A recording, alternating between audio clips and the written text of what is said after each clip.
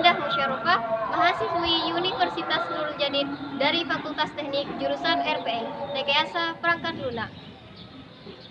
Semakin tingginya teknologi jaringan internet mempengaruhi pola masyarakat dalam menggunakan internet.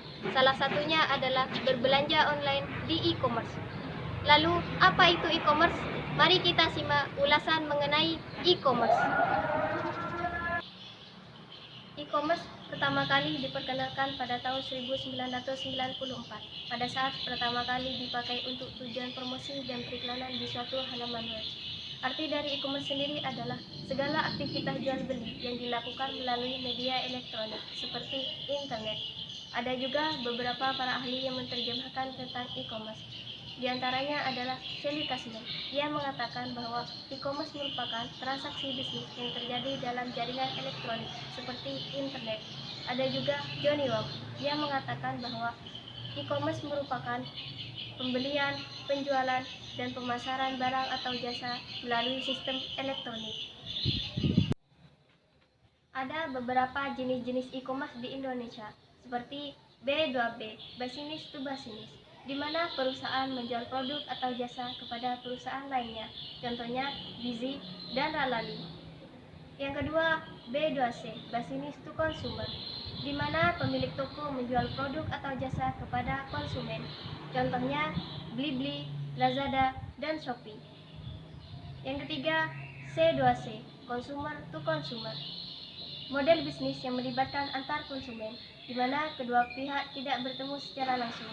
Di sini juga bisa menjual barang bekas, contohnya Tokopedia dan Bukalapak.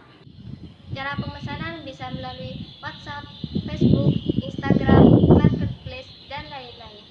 Cara pengiriman, ada dua metode cara pengiriman, secara langsung dan tidak langsung. Pengiriman secara langsung hanya membutuhkan hitungan jam saja, seperti Grab Express, GoSend, dan GoBox. Cara pengiriman tidak langsung memerlukan waktu yang sedikit lama, contohnya Ninja Express, JNT Express, Tiki, dan Wahana. Cara pembayaran bisa melalui kartu kredit, transfer ATM, Mandiri QlikPay, Mandiri eCash, Indomart atau Alfamart, pembayaran di tempat atau COD, Cash on Delivery. Untuk memperkenalkan produk dan jasa, kita bisa menggunakan sistem promosi. Ada beberapa media promosi yang paling efektif berbayar dan gratis. Di antaranya adalah Google Ads, merupakan layanan jasa periklanan yang dikelola oleh Google. Google Ads ini bisa memposisikan iklan promosi kita pada urutan nomor 1. Yang kedua, Instagram yang menggunakan sistem hashtag. Hashtag ini bertujuan untuk menembak sasaran target. Yang ketiga, Instagram Ads merupakan layanan berbayar yang dikelola oleh Instagram. Yang keempat, Marketplace. Untuk daftar di Marketplace sangat mudah. Anda hanya perlu daftar dengan nomor handphone, lalu dilanjutkan dengan mengisi etalase toko online Anda.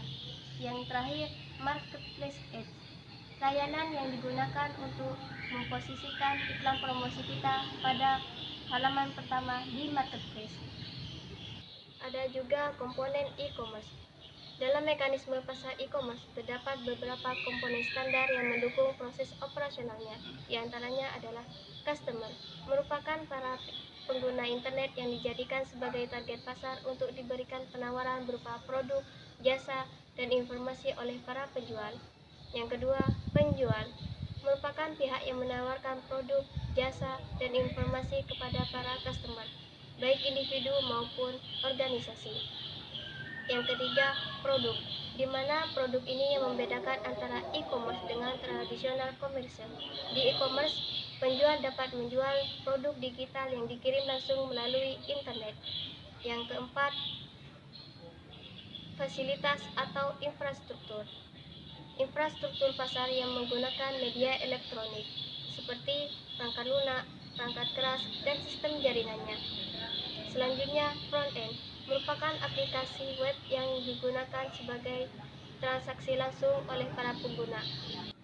Yang keenam, back-end, aplikasi yang secara tidak langsung mendukung aplikasi front-end.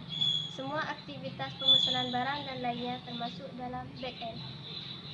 Selanjutnya, intermediary atau perantara, merupakan pihak ketiga yang menjadi perantara antara pembeli dan penjual untuk menyelesaikan proses transaksi.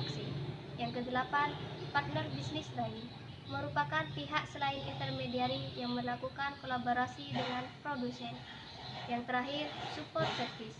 Ada banyak support service yang saat ini beredar di dunia maya, mulai dari sertifikasi dan trust service untuk menjamin keamanan sampai knowledge provider. Ada dampak positif dan negatif e-commerce. Dampak positif e-commerce dapat meningkatkan supplier management, mengurangi biaya operasional atau operating cost, dapat memperluas jangkauan secara global atau global reach. Dampak negatif e-commerce: potensi terjadinya penipuan, kemungkinan terjadinya pencurian data dan informasi rahasia, potensi terjadinya kehilangan kesempatan bisnis atau kerugian pelanggan yang diakibatkan oleh gangguan sistem. Ada juga manfaat e-commerce bagi pemilik bisnis dan konsumen. Bagi pemilik bisnis, jangkauan yang luas, tidak dibatasi oleh waktu, biaya yang lebih murah, kerja dari manapun, dan kemudahan dalam mengelola pemesanan dan pengiriman dan transaksi.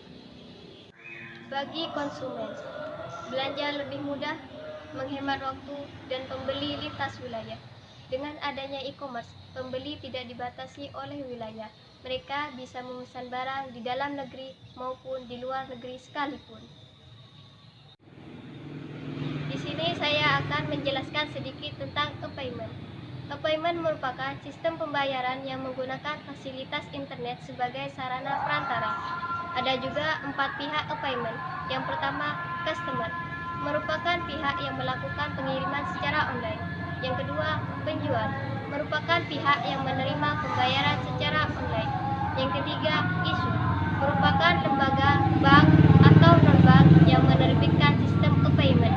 Yang terakhir, regulator, merupakan pihak yang mengawasi dan mengatur proses e-payment. Sekian penjelasan dari saya, semoga bermanfaat. Terima kasih. Wassalamualaikum warahmatullahi wabarakatuh.